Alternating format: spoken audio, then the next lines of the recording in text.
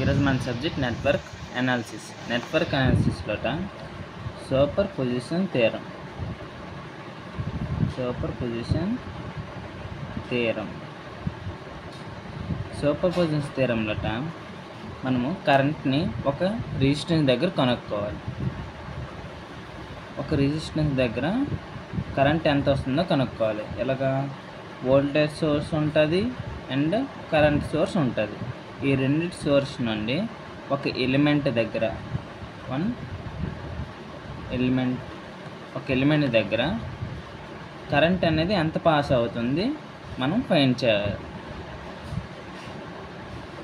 ఎంత current pass అవుతుందో find చేయాలి. అది ఎలాగా? ఫస్ట్ వోల్టేజ్ సోర్స్ తీసుకొని కరెంట్ అనేది ఓపెన్ సర్క్యూట్ చేసేస్తుంది. నెక్స్ట్ కరెంట్ సోర్స్ తీసుకొని వోల్టేజ్ దాన్ని అనేది షార్ట్ సర్క్యూట్ అనేది చేస్తాం. వోల్టేజ్ ఎప్పుడు షార్ట్ సర్క్యూట్ అవుద్ది అండ్ కరెంట్ సోర్స్ అనేది ఎప్పుడు ఓపెన్ సర్క్యూట్లోనే ఉంటుంది. ఇప్పుడు మనం ఒక ప్రాబ్లం చేద్దాం. Find the current in 9 ohms దగ్గర మనకు కావాలి. First by acting voltage source బట్టి మనం ఫస్ట్ కనుక్కుందాం 9 ohms దగ్గర ఎంత కరెంటు వస్తుందని. వోల్టేజ్ సోర్స్ అప్పుడు సర్క్యూట్ ఎలా వస్తుంది?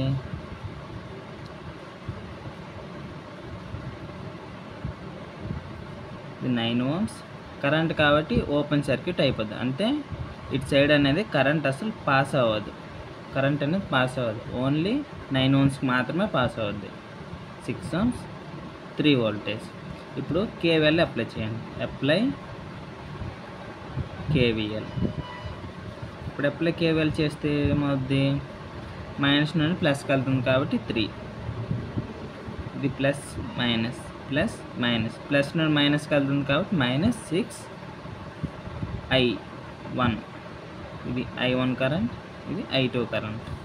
ఇందులో I2 మనకు పాస్ అవ్వట్లేదు, I1 ఓన్లీ పాస్ అవుతుంది కాబట్టి 6కి అనేది I1 ఒకటి చెందుతుంది. నెక్స్ట్ ప్లస్ నుండి మైనస్ 9 I1 మైనస్ I2. ఈ 9 అనేది I1 కరెంట్కి చెందుతుంది, I2 కరెంట్ చెందుతుంది కాబట్టి 9 I1 minus I2 equals to 0.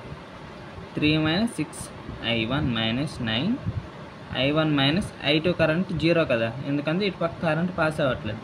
0 equals to 0. 3 minus 6I1 minus 9I1 equals to 0.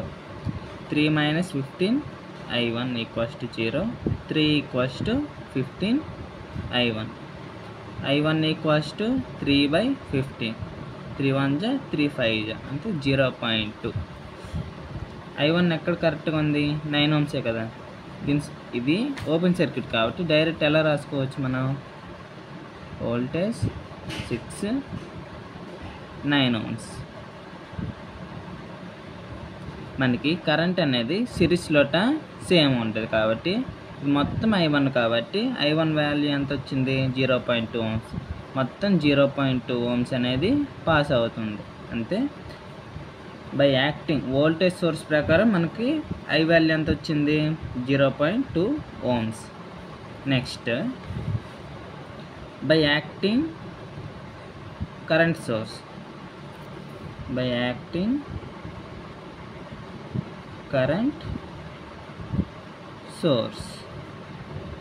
అప్పుడు ఎలా వస్తుంది? వోల్టేజ్ అనేది మనకి షార్ట్ సర్క్యూట్ అవుద్ది.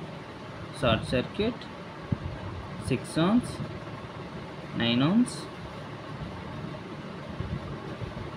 Current 3A 9 ohms 6 ohms. మనకి ఎక్కడ కరెంట్ కావాలి? 9 దగ్గర కావాలి. మనం ఇక్కడ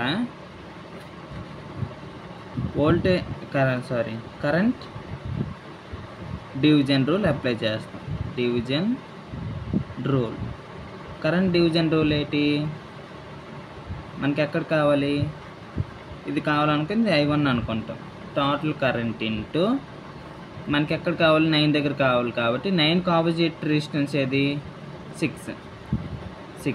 by total resistance 6 + 9 I value ఎంత మనకి 3, ఎందుకంటే టోటల్ కరెంట్ ఇక్కడ 3 ఒకటే పాస్ అవుతుంది కాబట్టి 3. 6/6 + 9 15. 3 1 జా 3 5 జా 6/5. దాని వాల్యూ ఎంత మనకి ఎంత వాల్యూ వచ్చింది? 6/5 ఎంత 0.8 యాంపియర్స్. ఇదేంది సోర్స్, కరెంట్ సోర్స్. మనకి వోల్టేజ్ సోర్స్ ఎంత వచ్చింది? 0.2 ohms. నెక్స్ట్ కరెంట్ సోర్స్ బట్టి 0.8 ohms వచ్చింది. ఇప్పుడు మొత్తం 9 దగ్గర ఎంత కరెంట్ పాస్ అవుతుంది? 9 ohms దగ్గర I1 ప్లస్ ఇది I2 అనుకుంటాం. దీన్ని I2 అనుకుంటాం, దాన్ని I1 అనుకుంటాం. లేకపోతే రెండింటిని IX అని అనుకోండి, ఎందుకంటే ఇక్కడ మనం IX అని ఇచ్చుకున్నాం కాబట్టి IX వాల్యూ ఎంత వచ్చింది? 0. నెక్స్ట్ ఇక్కడ IX వాల్యూ 0.8. టోటల్ ఓవరాల్ ఎంత? 0.2 ప్లస్ 0.8. మొత్తం టోటల్ ఓవరాల్ 9. IX ఎంత పాస్ అవుతుంది? 1 amperes కరెంట్ అనేది పాస్ అవుతుంది.